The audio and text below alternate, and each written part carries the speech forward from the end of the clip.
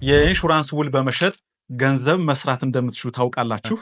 ማንኛውም ሰው የኢንሹራንስ አገልግሎት በመሸጥ ገንዘብ መስራት እንደሚችል ዛሬ በዚች አጠር ባለች ቪዲዮ አስረዳችኋለሁ።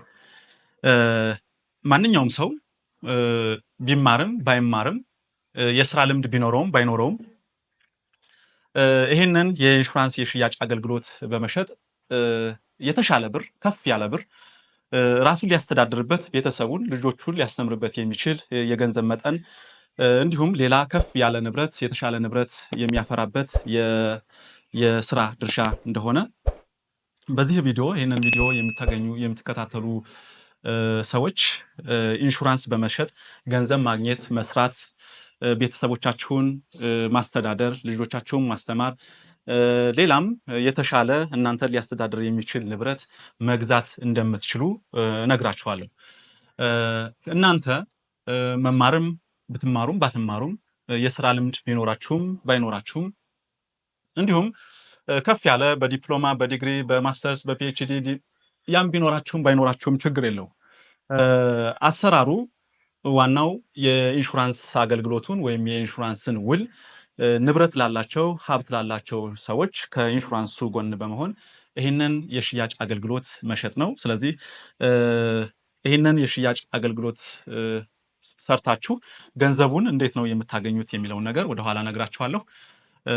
ይሄ አሰራር የሚሆነው በመጀመሪያ ራሱን የቻለ ህጋዊ የሆነ አሰራር ነው። አሰራሩ እናንተ ኤጀንት ነው የምትሆኑት ከኢንሹራንሱ ጋር። ስለዚህ ከኢንሹራንሱ ጋር ኤጀንት ሆናችሁ ኤጀንት ስትሆኑ አሁንም እንዳልኩት ራሱን የቻለ ሌጋል የሆነ ግራውንድ ይኖረዋል። ህጋዊ የሆነ መንገድን ተከትላችሁ ነው ከኢንሹራንሱ ጋር የሽያጭ ወኪል ሆናችሁ ይህንን አሰራር የምትሰሩት። ስለዚህ ኢንሹራንስ ውስጥ ያላችሁ ከሆነ ወይም የኢንሹራንስ ልምድ ካላችሁ ይህንን የማወራውን ነገር በትክክል ትረዱኛላችሁ። ነገር ግን ከኢንሹራንስ ካምፓኒ ውጭ የሆናችሁ ማናችሁም የትኛውንም አሰራር ብትሰሩ ባንክ ላይ ያላችሁ፣ ፋብሪካ ላይ ያላችሁ፣ ኮንስትራክሽን ካምፓኒ ላይ ያላችሁ ሁላችሁም ይህንን ስራ በተጓዳኝ ወይም በፓርታይም ከዋናው ስራችሁ ጎን ለጎን የምትሰሩትና ይህንንም በመስራት ጠቀም ያለ ገንዘብ የምታገኙበት የሽያጭ አሰራር ነው።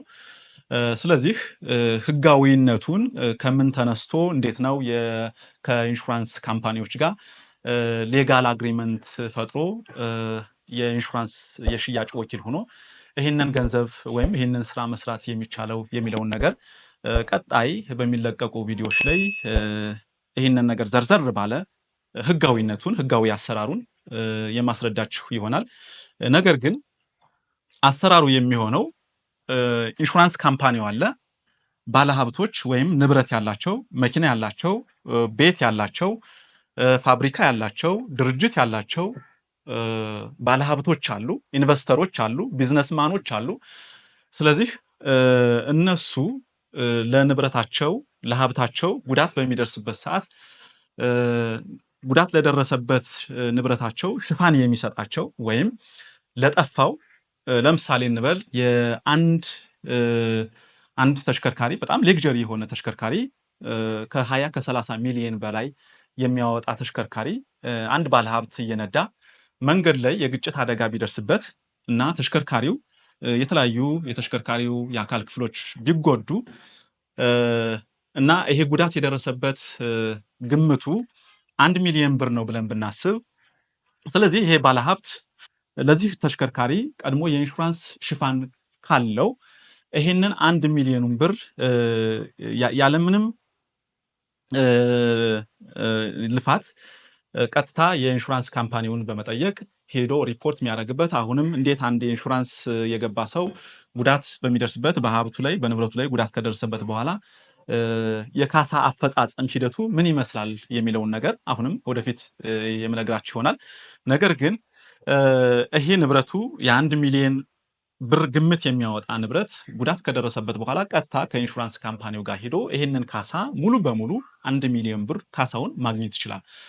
ስለዚህ ይህንን አሰራር በመስራት ንብረት ያላቸውን ሰዎች እና የኢንሹራንስ ካምፓኒውን ሁለቱን በማገናኘት እናንተ እንደ ሚድልማን ወይም መሃል ላይ ሆናችሁ ከኢንሹራንስ ካምፓኒው በሚያገኘው ወይም ከባለ ሀብቶች ወይም ከባለ ንብረቶች ኢንሹራንሱ በሚሰበስበው አረቦን ወይም የፕሪሚየም መጠን ልክ ለእናንተ የተወሰነ ፐርሰንት እያሰበ ኮሚሽን የምታገኙበት የአሰራር ሂደት ነው። ስለዚህ ይሄንን አሰራር በእርግጠኝነት ሁላችሁም በቋሚነት ብትሰሩት በተጓዳኝም ብቻ ሳይሆን ሙሉ ሰዓታችሁን፣ ሙሉ ጊዜያችሁን፣ ሙሉ የስራ ሰዓታችሁን ሰጣችሁ ብትሰሩት የተሻለ ገቢ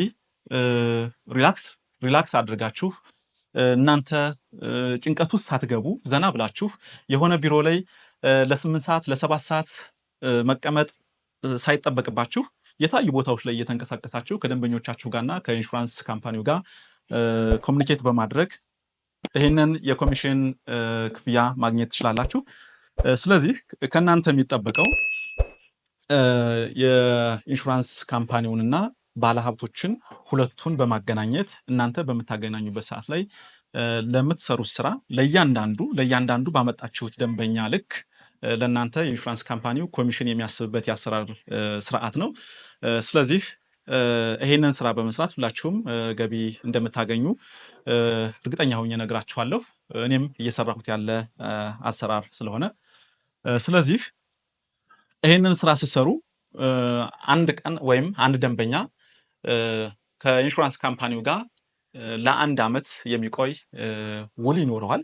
ስለዚህ በተደጋጋሚ ይሄ ደንበኛችሁ ወይም ይሄ ባለሀብት የኢንሹራንስ ሽፋኑን እያደሰ በሚመጣበት ሁኔታ እናንተ በየዓመቱ ቋሚ የሆነ የገቢ ምንጭ ይኖራችኋል። ስለዚህ በቀላሉ የተወሰኑ ደንበኞችን በቋሚነት ብትይዙ ቋሚ የሆነ የትም ቦታ ሳትሄዱ እነዛን ደንበኞች ብቻ ሰርቭ በማድረግ ቋሚ የሆነ የገቢ ምንጭ ይኖራችኋል። ስለዚህ ሁላችሁም ይህንን አሰራር ተከትላችሁ የራሳችሁን የገቢ ምንጭ እንድትፈጥሩ በዚህ አጋጣሚ ነግራችኋለሁ። ስለዚህ ይህንን አሰራር ለመስራት መጀመሪያ ከኢንሹራንስ ካምፓኒው ጋር እንዴት የሽያጭ ወኪል መሆን ይቻላል?